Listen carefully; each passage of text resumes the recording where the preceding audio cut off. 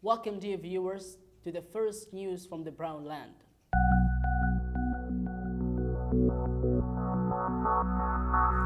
Sovereignty Council Vice President and the Council member Dr. Salma addressed the Republic in Abu Hijr village in Al Managil locality. The Vice President of Sovereignty Council addressed the populace in the village of Abu Hijr in Al Managil locality. In the presence of a member of Sovereignty Council, Dr. Salma Abu Jabbar Al-Mubarak, the designated Wali of Jazeera, Mr. Ismail Awadallah Al-Aqib, and the head of the Middle Pass, Mr. Atom Hajju. He would affirm the government's commitment to buying wheat at encouraging price to build up a strategic stock, given the food problem is the #1 issue in the world. He also pledged to fight corruption and those who manipulate the people's power. He committed to giving priority to the transportation road development, providing water service and building of a school, directing and designating of government of Jazeera to exploit the huge revenues of the state, to consolidate the foundations of infrastructure and enhance the development process. In addition, Transition Sovereignty Council member Dr. Salma Abdul Jabbar Al-Mubarak stressed during her address to the massive public meeting that the state of Jazeera has always been a symbol of goodness and development for all the people of Sudan, and that the bounty of harvest development today is the best proof of that.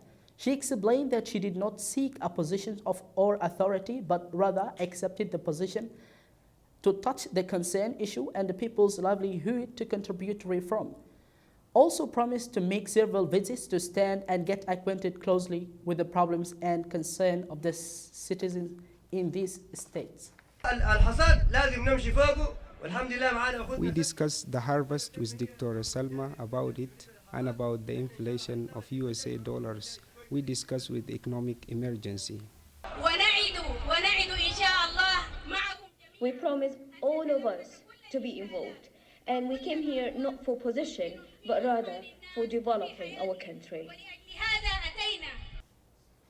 Sovereignty Council member Lieutenant General Shamsuddin Kabashi confirms the government's support for the UN African Initiative to research political consensus among all parties. A member of Transition Sovereignty Council, Lieutenant General Shamsuddin Kabashi, affirmed the government's support for the UN African Initiative and facilitated dialogue all political parties without exclusion to reach a consensus that leads to a solutions to all political complications in the country. During his meeting at office in the Republican Palace today, the charges affairs of the U.S. Embassy in Khartoum, Ambassador Lucy Tamlin, made it clear that the meeting comes within the framework of consultation between the U.S. government and the administrations on the political security and economic conditions, and the implementations of Geneva Agreement for Peace in Sudan. When it came to the Russian-Ukrainian crisis, His Excellency affirmed that Sudan's positions on need to resolve the crisis through negotiation, following the international norm and charters that govern the relations of countries in cases of war and peace, given that the two countries are members of the United Nations. Toot Julwak, advisor to the President of the Republic of South Sudan for Security Affairs, arrived in Khartoum this afternoon. The advisor to the President of the Republic of South Sudan for Security Affairs, Mr. Toot Julwak, headed a delegation from his country's government on an official visit that will last for several days. He was received at Khartoum Airport by the Secretary General of the Sovereignty Council, Lieutenant General Mohammed Al-Ghali Ali Yusuf. In a press statement, Mr. Julwak said that the delegation was carrying a message from the President of the Republic of Sudan, Lieutenant General Salva Kiir, to inform the President of the Transition Sovereign Council and his deputy on the progress of implementing the provisions of revitalizing Juba Agreement, describing Sudan as a guarantor of the agreement. He added that the visit aims to review developments in all the political situation in Sudan and ways to reach an agreement that guarantees the stability and security of Sudan. In addition, discussing common security issues and files, Chancellor Toot Julwak appealed to the U.S. to protect gains of their revolution and coordination with the Sovereignty Council and armed forces because it is the first guarantor of the safety and protections of the homeland and the citizen. The advisor to the President of the Republic of South Sudan for Security affirms expressed his hope for the success of efforts of the UN and African initiative in finding a common basis for a dialogue to reach full political consensus. Central Bank of Sudan announces re-involvement with the foreign exchange price setting. The Central Bank of Sudan announced that it would be involving itself once with the foreign exchange process following the unprecedented degradations of local Sudanese pound. The Central Bank in Sudan revealed on Thursday several approaches that included changes to the currency exchange import, export, and gold export policies. In addition, the purchase revealed that a plan has been drawn up to help stabilize a foreign exchange and curb inflation. The dollar to pound exchange rate took an unexpected tumble as it dropped from £615 to £810 in the parallel market in less than a week. Early in February, the Central Bank of Sudan announced a unification of Sudanese pound exchange rate and fears that the new policy would lead to more fluctuations in exchange rates and inflation levels. Sudanese Minister of Health meet his Egyptian counterpart. The acting Minister of Health, Dr. Haytham Mohammed Ibrahim, met his Egyptian counterpart, Dr. Khalid Abdul Ghaffar, the Minister of Higher Education and Scientific Research. The acting Minister of Health at the Egyptian General Chamber of the Ministry of Health and Population. The meeting reviewed ways to enhance the cooperation between the two countries in the health sector, in addition to several issues of mutual concern, at the top of which are the spread of coronavirus pandemic in Sudan and Egypt and the rate of vaccinated people in the two countries. They also reviewed ways to strengthen the cooperation in the training and the capacity building fields, especially regarding the training and rehabilitations of medical corps and ways to confront the current challenges. Nigeria Kaduna Airport attacked by heavily armed men. Heavily armed men attacked the airport in Kaduna, major a city in the northwestern Nigeria, killing a security guard and temporarily halting air traffic. Authorities and security sources said Saturday the attack was repelled by security forces, Kaduna State Security Commissioner Samuel Arwan said on Twitter.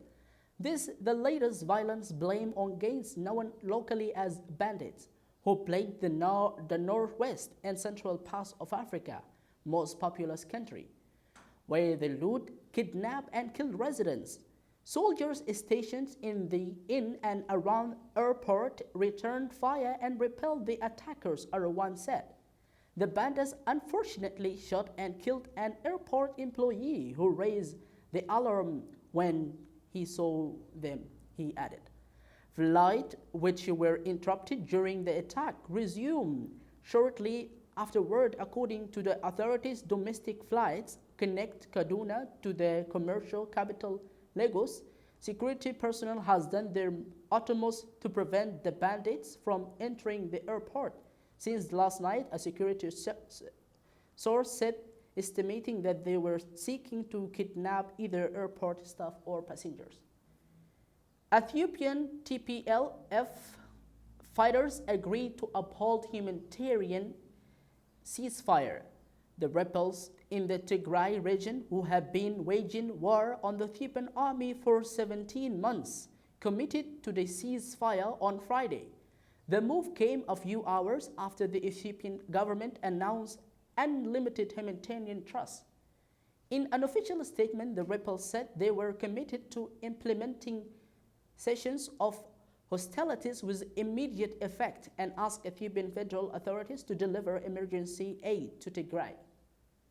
Fighting in a far region has also far prevented convoys carrying food aid fuel from delivering the supplies, since the only operational road between Samira, the capital of Afar, and Mekelle, the capital of Tigray, was blocked.